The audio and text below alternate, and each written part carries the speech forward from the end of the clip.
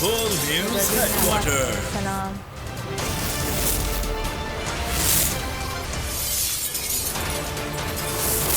Full News Headquarters.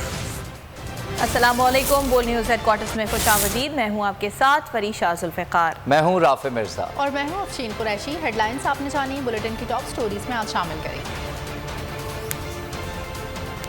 سپہ سالار متاثرین کے ساتھ. متاثرین کی بحالی کا مشن.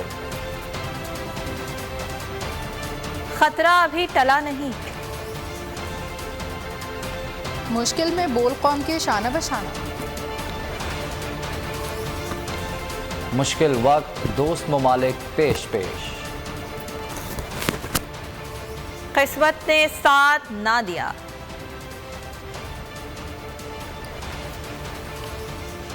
اور ایک اور معصوم مرجھا گئی.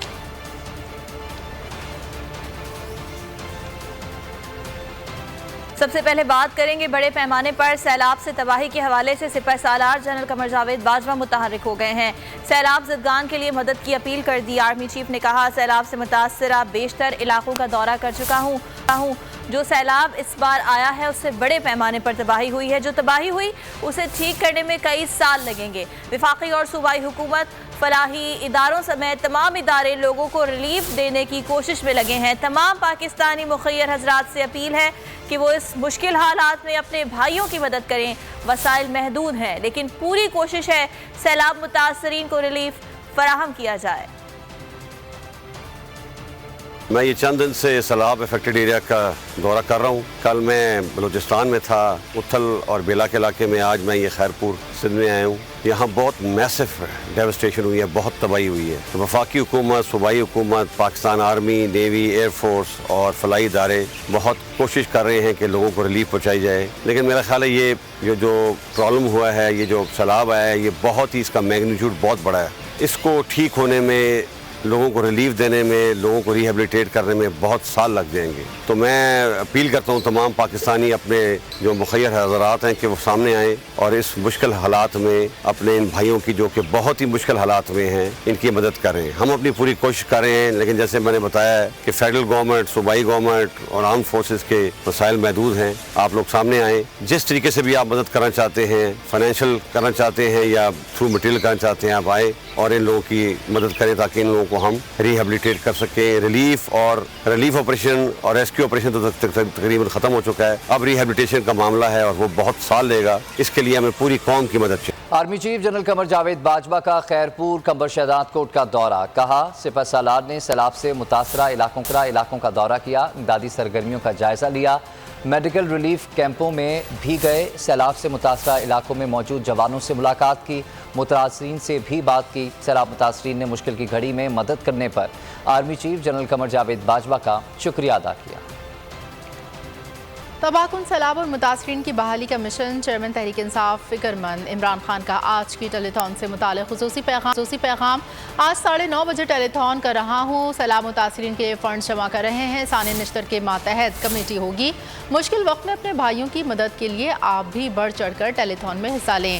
اللہ نے ہمیں بہت بڑے امتحان میں ڈالا ہے. پاکستان میں 2010 سے بھی بڑا سیلاب آیا ہوا ہے. میرے پاکستانیوں, جس طرح آپ سب جانتے ہیں کہ اللہ نے ہمیں بڑے امتحان میں ڈالا ہوا. 2010 سے بھی بڑا سیلاب آج پاکستان میں آیا ہوا. بہت زیادہ ہمارے ملک کے لوگ اس میں متاثر. پیر کی شام کو 9:30 بجے میں ایک ٹیلی تھون کر رہا ہوں, پیسے اکٹھے کر رہا ہوں جو پاکستانی ہمارے ملک میں اور جو کہ بیرون ملک پاکستان میں. میں چاہتا ہوں آپ سب اس میں شرکت کریں, جس طرح بھی کنٹریبیوٹ کر سکتے ہیں, جتنا بڑا جتنا کم اس میں کنٹریبیوٹ کریں. جو فنڈز مینیج کریں گی ثانیہ نشتر, ان کے نیچے کمیٹی ہوگی جس میں ریپرزینٹیو سارے صوبوں کے ہوں, اور یہ سارے پاکستان کے لیے فنڈ ہم اکٹھا کر رہے ہیں, اور انشاءاللہ جس طرح پیسہ آئے گا ہم یہ ڈسٹریبیوٹ کریں گے. تو میں آپ سب کو سب کی انتظار کر رہا ہوں پیر کو 9:30 بجے ٹیلی تھون کی. مزید بلند ہو گئی. نقل مکانی کرنے والوں کو واپس نہ جانے کی ہدایت کر دی گئی ہے. 48 گھنٹے اہم قرار دیے گئے ہیں, جبکہ شہر میں گزشتہ 2 روز سے بجلی کی فراہمی معطل ہے. متاثرین کو مساجد اور اسکولز میں پناہ تو ملی لیکن سہولیات نہ ہونے کے برابر ہیں. پی ڈی ایم اے کے مطابق گزشتہ 24 گھنٹوں کے دوران 1 شخص جاں بحق ہو چکا ہے.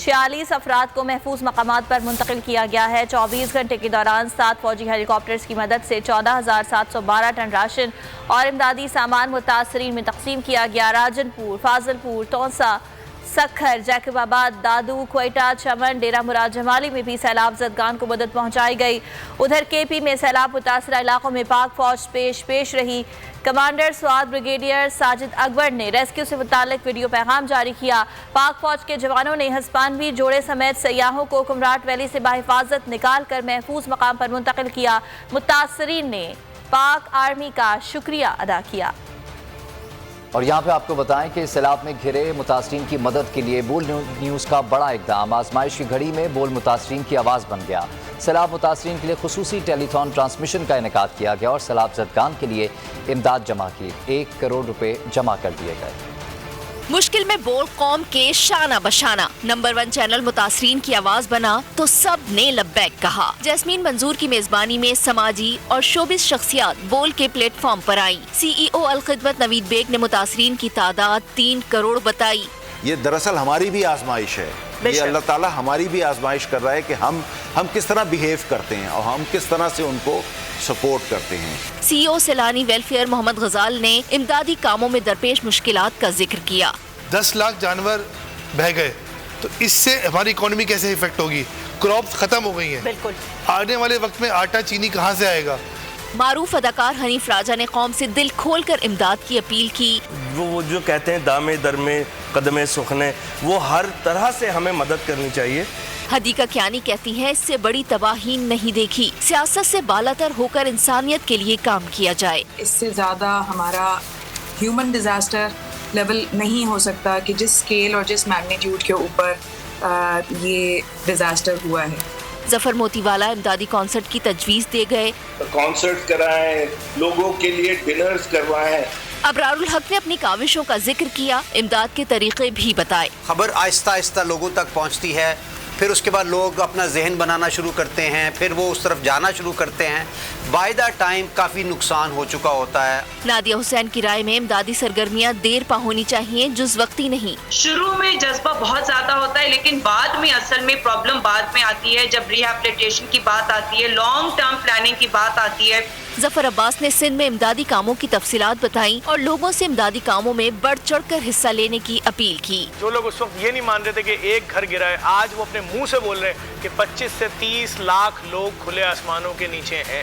ٹرانسمیشن کے دوران 1 کروڑ روپے جمع ہوئے۔ مولانا طارق جمیل نے سیلاب زدگان کے حق میں دعا کروائی۔ اللہ نے ہمیں مہلت دی ہے کہ توبہ کر لو، اچھے مسلمان بن جاؤ، اچھے امتی بن جاؤ۔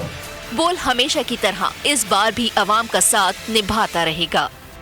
میں ہوں جیسمین منظور اور آپ مجھے دیکھیں گے صرف بول پر۔